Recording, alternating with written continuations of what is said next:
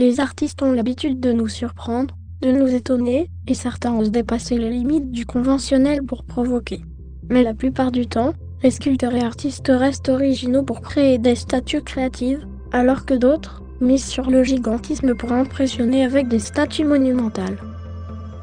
Hipposquare, la place des hippopotames, Taïwan. C'est au zoo de Taipei que vous trouverez Hipposquare avec ses 25 statues et sculptures réalisées par Bored Panda. On y découvre des hippopotames semi-immergés. Les visiteurs viennent de loin pour prendre des photos avec ces hippotoutes en bronze. On dirait que les hippopotames sont sur le point d'attaquer les gens tellement ils sont réalistes. Ces sculptures sont considérées comme les plus créatives du monde, et la place Hippo a gagné le cœur de nombreux amateurs photos et amateurs d'art du monde entier. Une très bonne idée de l'ancien directeur du zoo Chen Paosheng, qui a su, en faisant cela, qu'il attirerait l'attention sur le zoo et les animaux. Bien vu. Maman, de Louise Bourgeois. Maman reprend le thème de l'araignée, que Bourgeois avait déjà travaillé dans un petit dessin à l'encre et au charbon en 1947, et révèle le caractère autobiographique de l'œuvre. En effet, nous pouvons interpréter cette pièce comme un hommage à sa mère, Joséphine Bourgeois, qui a réparé des tapisseries dans l'atelier de restauration textile de son mari, à Paris, et enfin, l'artiste la regardait travailler. On trouve bien dans cette sculpture les métaphores de filage, tissage, soin et protection. Le thème de la maternité est également présent lorsque nous regardons sous l'abdomen, une sorte de poche grillagée contient 26 œufs en marbre. On laisse toujours un peu de soi quand on part. C'est sans doute un des messages que portent les voyageurs de Bruno Catalano. Ces sculptures, très bien mises en scène, sont des personnages créés par l'artiste, tous ayant perdu une partie de leur corps, et assurant un équilibre précaire, grâce aux bagages qu'ils transportent. Allégorie du voyage, de l'exil peut-être, de tout ce que l'on laisse derrière soi, qui se traduit dans cette déchirure, une blessure profonde, qui laissera des traces toute une vie durant. La mise en scène donne un contexte.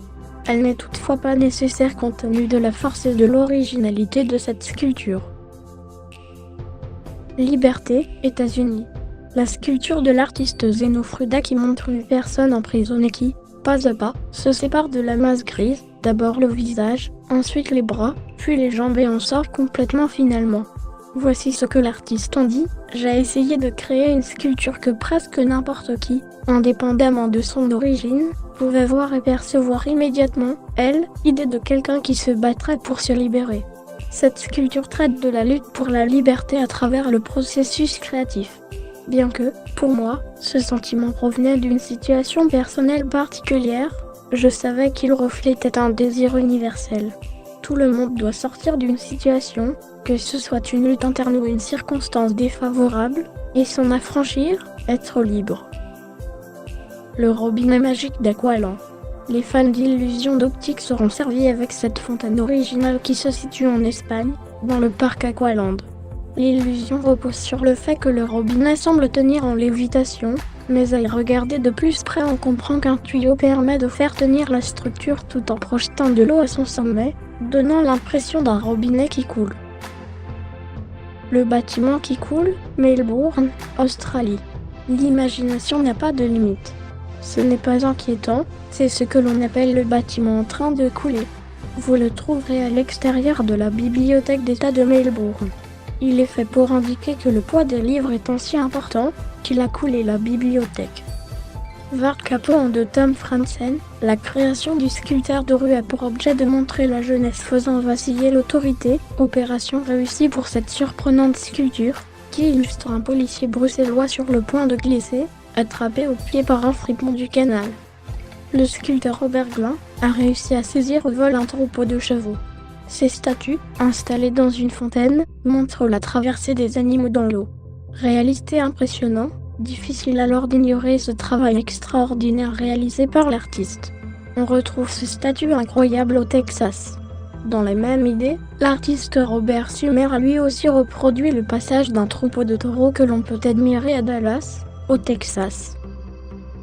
Les statuettes en bronze, près de Cavanaugh Bridge, représentant un groupe d'enfants en train de sauter dans la rivière. De loin, l'œuvre semble très réelle, tant les dimensions semblent conformes à celles de personnes humaines. À travers celle-ci figeant le mouvement de 5 jeunes garçons, sautant nus dans la rivière et jouant à se pousser à l'eau, l'artiste a souhaité rendre un hommage aux jours passés. En effet, les enfants du campon avaient pour habitude de s'y baigner. Pour ces enfants, la rivière qui était perçue comme une piscine géante a joué un rôle majeur dans leur vie. Il était habituel d'assister au spectacle de jeunes garçons nus, grimpant aux arbres et sautant dans l'eau. Les enfants savaient comment éviter les profondeurs boueuses et les bateaux, et ne craignaient pas l'idée de se baigner dans les eaux polluées, emplies de tout un tas de déchets. Lorsque le projet Clean River a été lancé en 1987, les familles ont dû être déplacées des zones près des rivières. Le rire innocent des enfants ne pouvait alors plus être entendu. La sculpture a été dévoilée au public en 2000 et permet ainsi d'honorer la mémoire des premiers habitants de Singapour.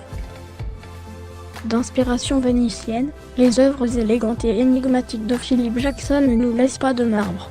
Grâce à un travail minutieux, apporté au mouvement et au langage corporel, ce sculpteur de renom parvient à transmettre sa vision de la condition humaine. Certaines figures nous touchent en plein cœur, alors qu'elles semblent donner vie, du fait même du hasard, au symbole de notre collectif. Bon nombre de ces personnages énigmatiques portent la botta, le masque vénitien utilisé pour symboliser le personnage anonyme de Monsieur Mondialisation, depuis bientôt 10 ans.